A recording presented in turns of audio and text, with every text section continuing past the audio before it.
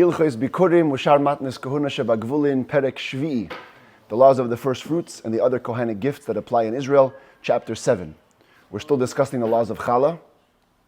Excuse my voice, just something happened to it last night. It's a little weak. And there's also some background noise. We are discussing the laws of Challah, separation of the dough that goes to the Kohen. And today, basically the entire chapter, it's a pretty short chapter, but it's going to be occupied with dough combinations. When you have two different doughs that are coming together, how can you take care of both doughs? Obligation of Challah. So the Rambam begins with the following scenario. Halacha Aleph Shtei Isais Sheyesh Bishteyen Shir HaChayav B'Challah. You have two doughs. Both of them together create the required amount for Challah. Remember yesterday we learned you have to have an omer of dough, of flour, about 43 1/5 eggs. That's the volume. Today it's talking about 2.2 kilos, almost 4 pounds. And here you have two doughs that together make up the amount. Ve'ein ba'achas mehen kashir, but each dough individually doesn't have the proper amount. V'nagu zu bazu, v'noshchu zu ezu. Both of the doughs began to rise. They touched each other and they bit into each other, which means they got attached, essentially. So the Rambam says, Im hayu shel shnayim, if the two doughs belonged to two different people, afilu hein min echad, even if the two doughs are of the same species of grain, pturin min achala, they're exempt from taking challah, shestam shnayim makpidin, because by default two people are particular that their doughs shouldn't mix. Each one wants to hold on to his own dough, and each one's own dough is not big enough to be required in challah. So therefore, each one is exempt from taking challah from their dough. But if we know for sure, these two guys are such good friends, they don't care if their doughs get mixed up. Now that the two doughs have bit into each other, and together they're the required amount, both guys have to take challah from the combined dough. If both of these doughs belong to one person, so now it's all his. There's of course no particularity about mixing doughs. So how do we decide if it's obligated in challah or not? It says that Rambam, im hayu mimin echad mitztarfin b'chayavis b'challah. If the two doughs were of the same species of grain, and we'll soon see, same species doesn't just exactly mean wheat and wheat. Different grains could be considered under one umbrella. If they're in one species, they combine and they're both obligated in challah. V'mishnei minin hayu, if they were two different species, ein mitztarfin, they don't combine. Shestam echad einei makbid, because by default one person is not particular about his doughs, and therefore as long as they're in the same species, they combine. If we see him being picky, if we see him being particular, that one dough shouldn't touch the other, and it shouldn't mix, even if they're the same species, then of course they don't combine. Halacha Gimel, what does it mean that they combine if they belong to one person in one species? So the Rambam says, Isas hachitim shenaga bi-isas hakusmin. A wheat dough and a spelt dough touching, and we mean like biting into each other, mitzdarfos, they combine. Wheat and spelt are called the same species for these laws. They're the same family. Naga bishar haminin, ein mitzdarfos. If the wheat dough touched any other species of grain, barley, oats, rye, doesn't combine. Not the same family. Also, if you have a barley dough, if it touches spelt dough or an oats dough or a rye dough, they're all considered the same family and they're obligated.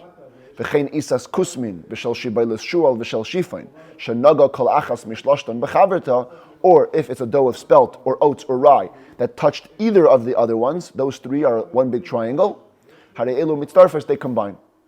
So there's basically like three different families. Wheat is only in the same family as spelt.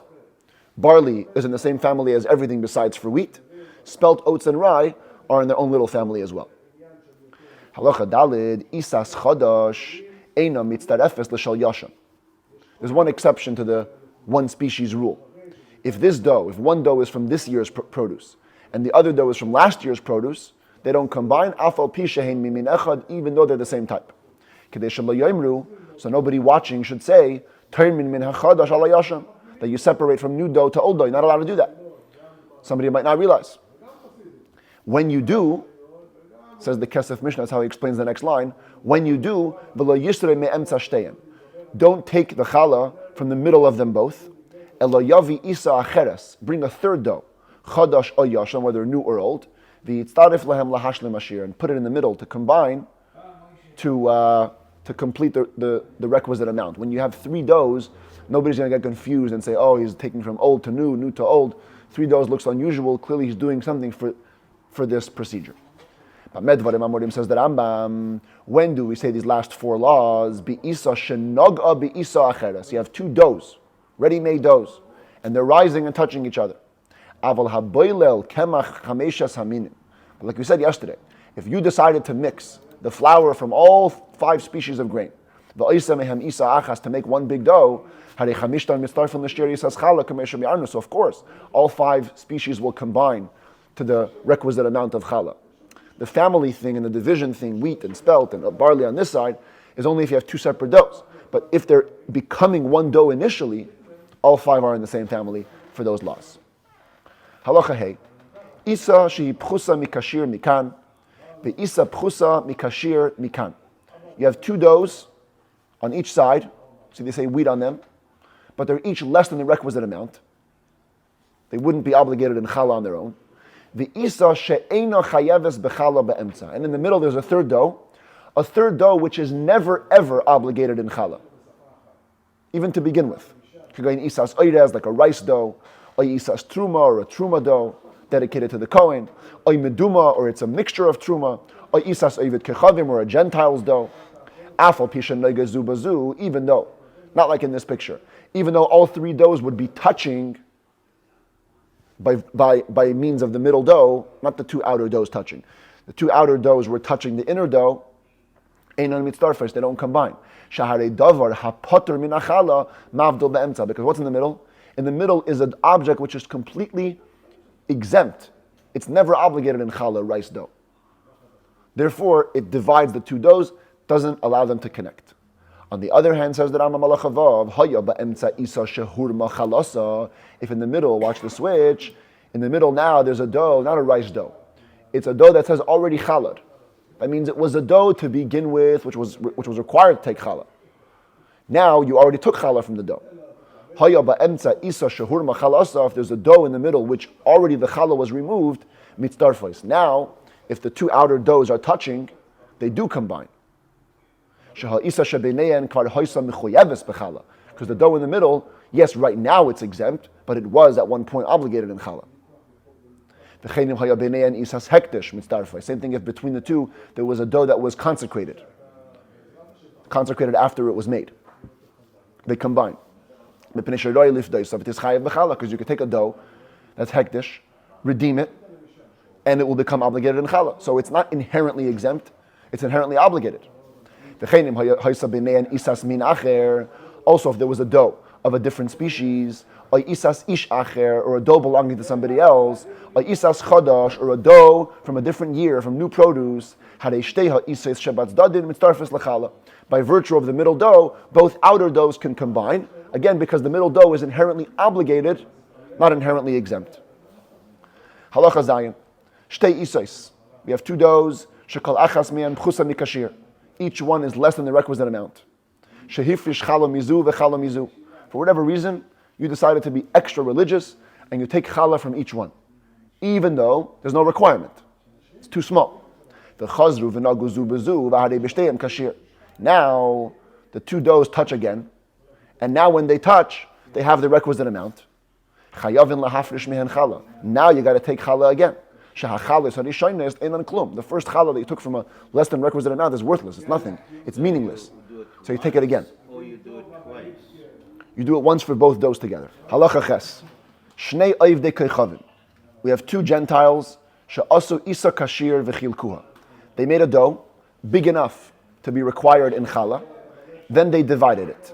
And the commentaries explain they made the dough with the intention to divide it. So even though when they made it, it had the required amount, but since they were going to divide it into 2 parts that are less than the amount, they're considered to have 2 doughs that are less than the requisite amount. The achar kach nizgairu. Then, don't ask me why, in the middle of this dough situation, they take a pause, they go to the mikveh to convert to become Jews. The hoisif kol echad al chelkai achar shenizgayer. Comes each new Jew, first mitzvah opportunity, they want to add to their doughs. Each one adds to their doughs till now both doughs have the required amount to take challah. Harezu chayeves. Says the Rambam, each individual dough will be obligated in challah.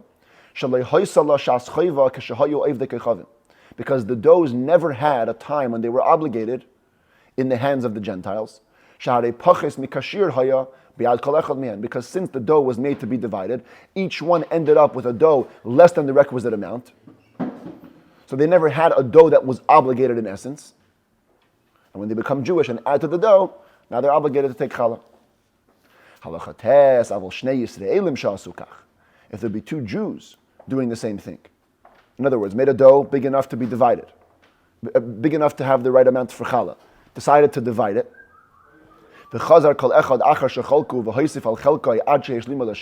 Each individual Jew now adds to his portion after they divide it. And now each individual dough has the proper amount. Now they're exempt. Because the time when it should have become obligated already existed while they were Jews. They were exempt at the time because they made it to be divided. So when it could have become obligated, it didn't become obligated.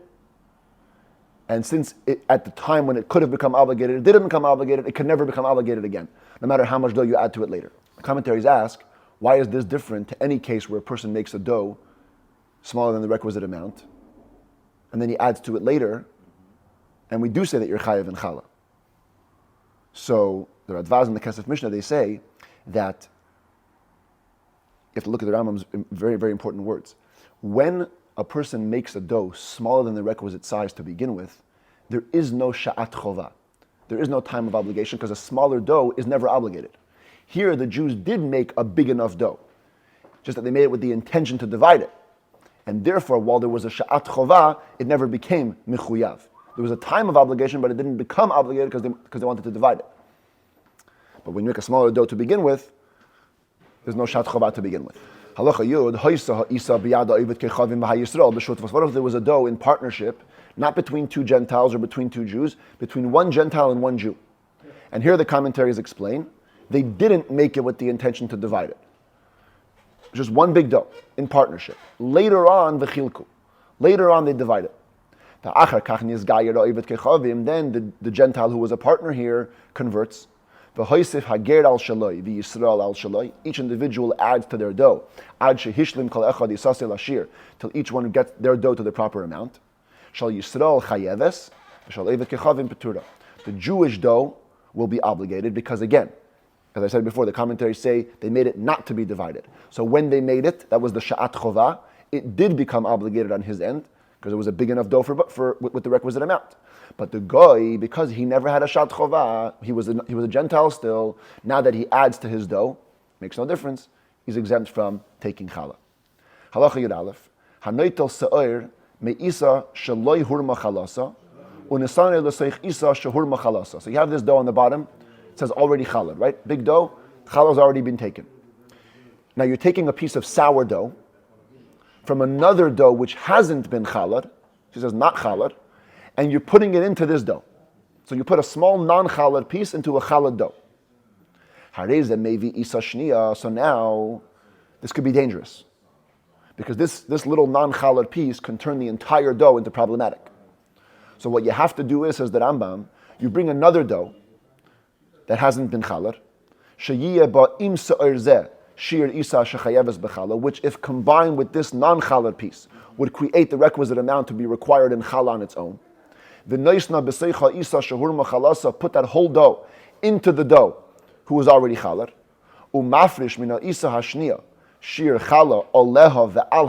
And now from the second dough, take a big enough piece to cover that and the not challah sourdough, so you can satisfy the requirement to take challah from dough that's in the same vicinity.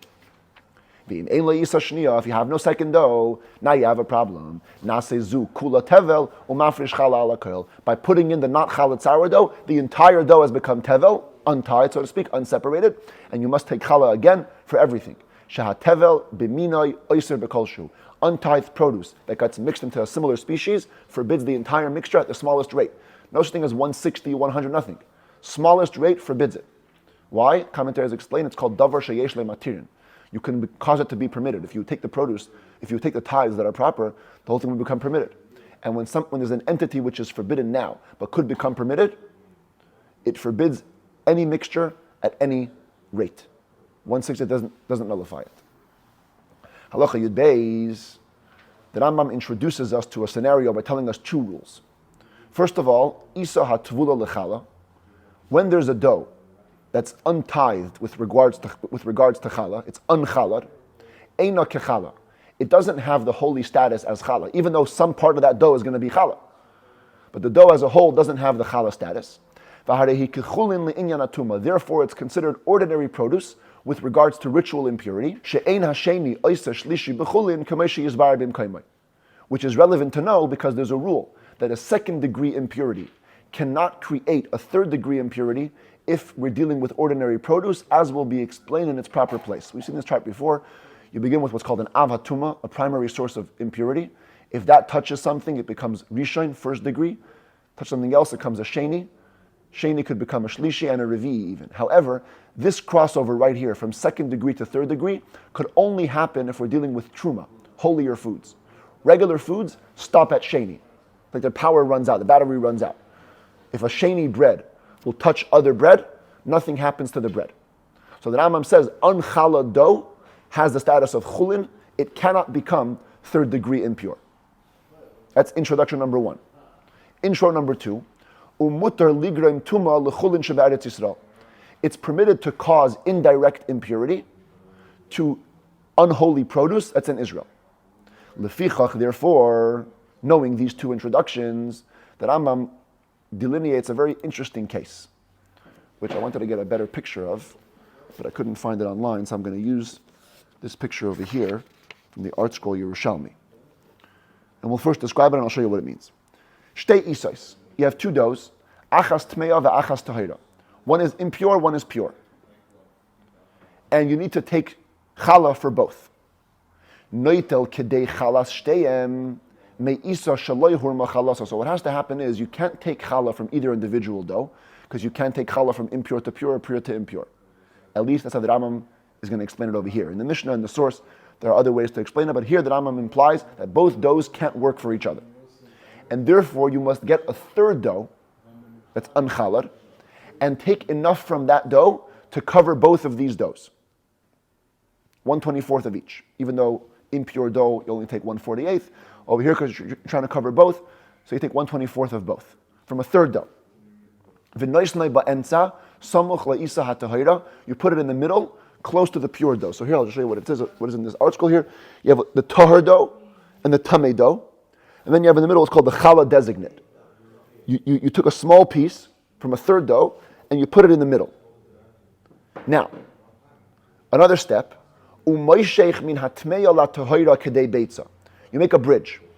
See this little bridge on the bottom, the small line? From the tameh dough to the tahar dough, you pull a bridge. The volume of an egg, which is the minimum to not contract ritual impurity. And the Mishnah says less than an egg. The Rambam says an egg. There's some debate about what he means.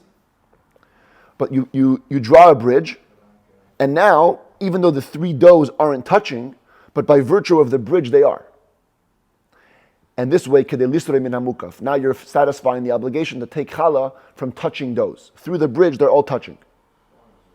The reason you pull the bridge from the tameh dough, even though in the Gemara there's implications to pull the bridge from the tahar dough, is because the Rambam understands we don't want to make any new dough impure, if we don't have to. So you pull the tameh dough. Now, the way to understand this bridge, at least the Rambam himself in his commentary to the Mishnah writes, that in this scenario, when you declare this piece challah in the middle, you should lift it up right away. Because it's touching an egg volume, it'll contract ritual impurity. Now that it becomes challah, it's not chulin, right? The Rambam in the beginning said that while it's chulin, it cannot become a shlishi. But once you designate it as challah, it can become a shlishi. Therefore, you must pick it up as soon as you say that it's challah. So this scenario is only there for a half a second.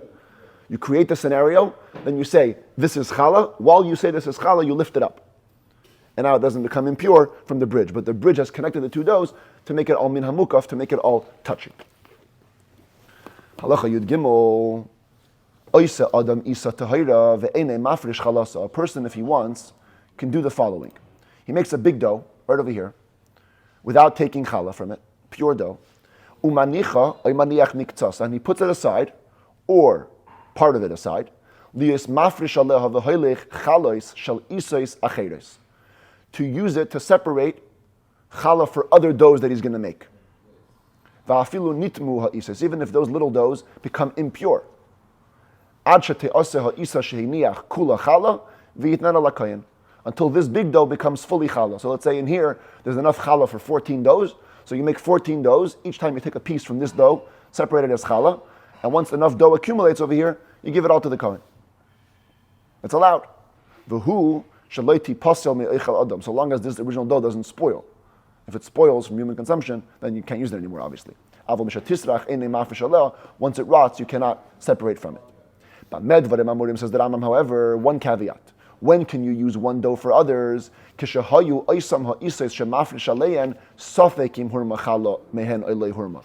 if the other doughs are in doubt whether challah was separated from them or not.